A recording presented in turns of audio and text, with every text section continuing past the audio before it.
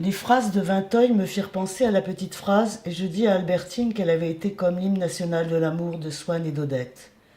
Les parents de Gilberte, que vous connaissez je crois, vous m'avez dit qu'elle avait mauvais genre, n'a-t-elle pas essayé d'avoir des relations avec vous? Elle m'a parlé de vous. Oui, comme ses parents la faisaient chercher en voiture, par les trop mauvais temps, je crois qu'elle me ramena une fois et m'embrassa. Au bout d'un moment, en riant et comme si c'était une confidence amusante. Elle me demanda tout d'un coup si j'aimais les femmes. Mais si elle ne faisait que croire, se rappeler que Gilberte l'avait ramenée, comment pouvait-elle dire avec autant de précision que Gilberte lui avait posé cette question bizarre? Même, je ne sais quelle idée baroque me prit de la mystifier. Je lui répondis que oui. On aurait dit qu'Albertine craignait que Gilberte m'eût raconté cela, et qu'elle ne voulait pas que je contestasse qu'elle me mentait. Mais nous ne fîmes rien du tout, c'était étrange. Si elle avait échangé ses confidences, qu'elle n'eût rien fait, surtout qu'avant cela même, elle s'était embrassée dans la voiture, au dire d'Albertine. Elle m'a ramené comme cela 4 ou 5 fois, peut-être un peu plus, et c'est tout.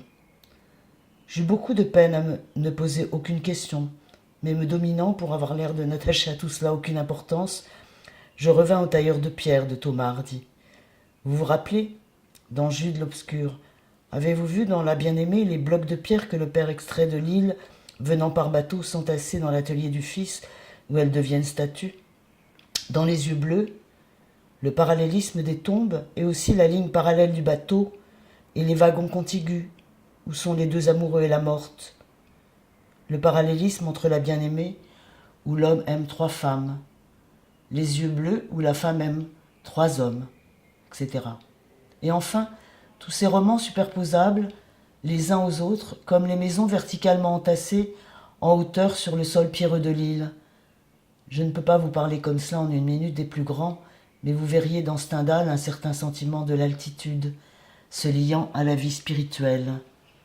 Le lieu élevé où Julien Sorel est prisonnier, la tour au haut de laquelle est enfermé Fabrice, le clocher où l'abbé Blanès s'occupe d'astrologie et d'où Fabrice jette ainsi beaucoup d'œil. Vous m'avez dit que vous aviez vu certains tableaux de Vermeer.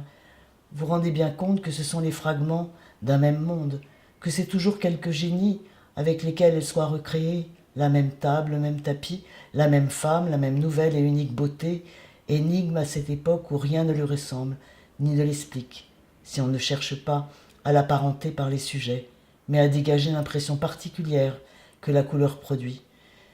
Eh bien, cette beauté nouvelle, elle reste identique dans toutes les œuvres de Dostoïevski. Et pour revenir à la beauté neuve que Dostoïevski a apportée au monde, comme chez Vermeer, il y a création d'une certaine âme, d'une certaine couleur, des étoffes et des lieux. Il n'y a pas seulement création d'être, mais de demeure chez Dostoïevski. Dans Crime et Châtiment, il y a aussi cette merveilleuse maison de l'assassinat dans Dostoïevski, cette sombre et si longue et si haute et si vaste maison où il tua Natassia Philippovna. Cette beauté nouvelle et terrible d'une maison, cette beauté nouvelle et mixte d'un visage de femme, voilà ce que Dostoïevski a apporté d'unique au monde, et les rapprochements que des critiques littéraires peuvent faire entre lui et Gogol, ou entre lui et Paul de Kock, n'ont aucun intérêt, étant extérieurs à cette beauté secrète. Du reste, si je t'ai dit que c'est de roman à roman la même scène, c'est au sein d'un même roman que les mêmes scènes, les mêmes personnages se reproduisent. Si le roman est trop long, je pourrais te le montrer bien facilement dans La guerre et la paix, et certaines scènes dans une voiture. Je n'avais pas voulu vous interrompre, mais puisque je vois que vous quittez Dostoïevski, j'aurais peur d'oublier. Mon petit, qu'est-ce que vous avez voulu dire l'autre jour, quand vous m'avez dit « c'est comme le côté de Dostoïevski de Madame de Sévigné ». Je vous avoue que je n'ai pas compris. Cela me semble tellement différent.